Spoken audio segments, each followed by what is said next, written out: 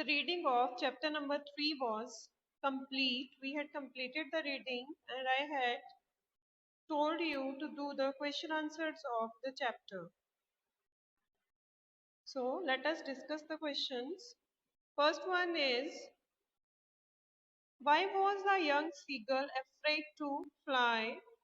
Do you think all young birds and all young birds are afraid to make their first flight? कि जो young Seeger था उससे उड़ने से डर क्यों लगता था, और क्या आप सोचते हो कि हर एक जो यंग बर्ड होता है उसको जब फर्स्ट फ्लाइट लेनी होती है तो उससे पहले वो डरा हुआ होता है, और some birds are more timid than the others, या कुछ बर्ड्स ज्यादा डरपोक होते हैं. Do you think a human baby also finds it a challenge to take its first step? और क्या आप सोचते हो कि जो ह्यूमन बेबी है उसको भी जब भी कोई फर्स्ट स्टेप लेना होता है it seems as a challenge? तो the answer would be the young seagull was afraid to fly. Young seagull को उड़ने में डर लगता था. When he tried to flap his wings to fly, fear caught him. जैसे ही वो अपने विंग्स को फैलाता था उड़ने के लिए उसे डर लगना शुरू हो जाता था. ठीक है, तो ये तो बात हमने पढ़ी है कि उसके जो ब्रदर और सिस्टर थे वो उससे पहले उड़ गए थे और वो एक दिन उसी जगह पे बैठा रहा था जहां से उसको फ्लाइट लेनी थी. सो दिस यंग सीगल, मतलब हम यहाँ से क्या कंक्लूड करते हैं दैट सम पीपल और some birds are more timid than the others. Means ये नहीं है कि सभी एक जैसे होते हैं, कुछ ज्यादा डरपोक होते हैं और कुछ कम होते हैं. So next part is, I think all birds are afraid to fly for the first time. First time कोई भी स्टेप लेना हो तो हर किसी को डर लगता है उस चीज के लिए. Secondly, some birds are more timid than the others. Is that clear? कि secondly ये भी होता है कि कुछ ज्यादा डरपोक होते हैं. Now the third part of the same question is, do you think a human baby also finds it a challenge? तो क्या आपको लगता है कि ये ह्यूमन बेबी के लिए भी एक चैलेंज होता है to take the first step? So we think that human baby also faces difficulties in taking the first steps for anything. हाँ, ये बात है कि जब भी ह्यूमन बेबी भी किसी भी चीज के लिए फर्स्ट स्टेप लेता है तो उसे डर लगता है. Means till the ages 4 to 5, मतलब जैसे फर्स्ट स्टेप चलने के लिए लेना, पहले बैठना तो डर लगना, फिर क्रॉलिंग करना शुरू करता है बच्चा तो डर लगता है, चलना शुरू करता है तो एक बार तो डर लगता है कि कहीं गिर ना जाऊं, और गिर भी जाते हैं.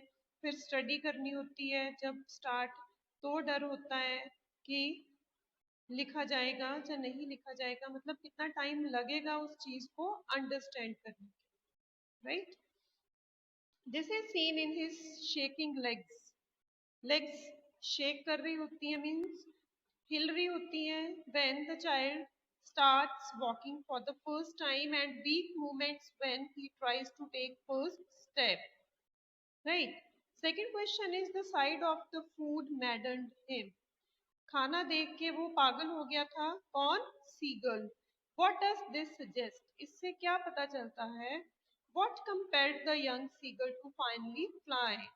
This suggests the sight of food made the seagull risk flying for the first time. अब देखो, एक दिन से उसने कुछ नहीं खाया था. When the parents advised all the four to fly, at that time what had happened that two brothers and one sister had taken the first step for flight, but the young seagull was not able to fly and he slept hungry for the whole night. He remained hungry. उसको कोई कुछ खाने के लिए नहीं देके गया, because the parents were thinking that if we will feed the seagull today also, then he will not try to fly. अगर हम उसे आज भी खाने के लिए दे देंगे तो वो नहीं उड़ेगा. So this suggests that the sight of food made the seagull risk flying for the first time. कि खाना देख के ही जब उसे भूख और भी ज्यादा लगी तो उसने सोचा it's better for him to fly. The control over flying fear made him finally fly. Next is they were beckoning to him. Beckoning means they were making signals to him, calling shrilly. Why did the seagull's father and mother threaten him and cajole him to fly? The seagull's father and mother made him fly. वो क्यों उसको signal कर रहे थे? They were signaling him to fly because if he did not fly, he would starve to death. कि अगर वो नहीं उड़ेगा and if he will not learn different acts of flying, then one day he would starve to death. Next is, have you ever had a similar experience? क्या आपके साथ भी कभी experience हुआ where your parents encouraged you to do, जब आपके parents ने आपको encourage किया हो to do something that you were too scared to try? कुछ ऐसा काम करने को आपके पेरेंट्स ने आपको बोला हो जिस चीज के लिए आप बहुत डरे हुए हो. Yes, in this answer, बेटे, you need to write your own experience. आपको अपना experience लिखना है कि when it was my first experience to study, when it was my first experience to ride a bicycle, when it was my first experience to ride a scooter, it I was very much afraid of. ठीक है, तो next part क्या है इसका? Discuss this in pairs और groups. तो आपने simply लिखना है इसका answer. Fifth is, in the case of a bird flying it seems a natural act. Bird flying ऐसा लगता है कि ये नेचुरल एक्ट है, कि जो बर्ड्स हैं उनको तो उड़ना आ ही जाता है. And a foregone conclusion that it should succeed. और इसका कंक्लूजन क्या निकलता है कि बर्ड्स जो है वो सक्सेसफुल भी हो जाते हैं. In the examples you have given in answer to the previous question, was your success granted?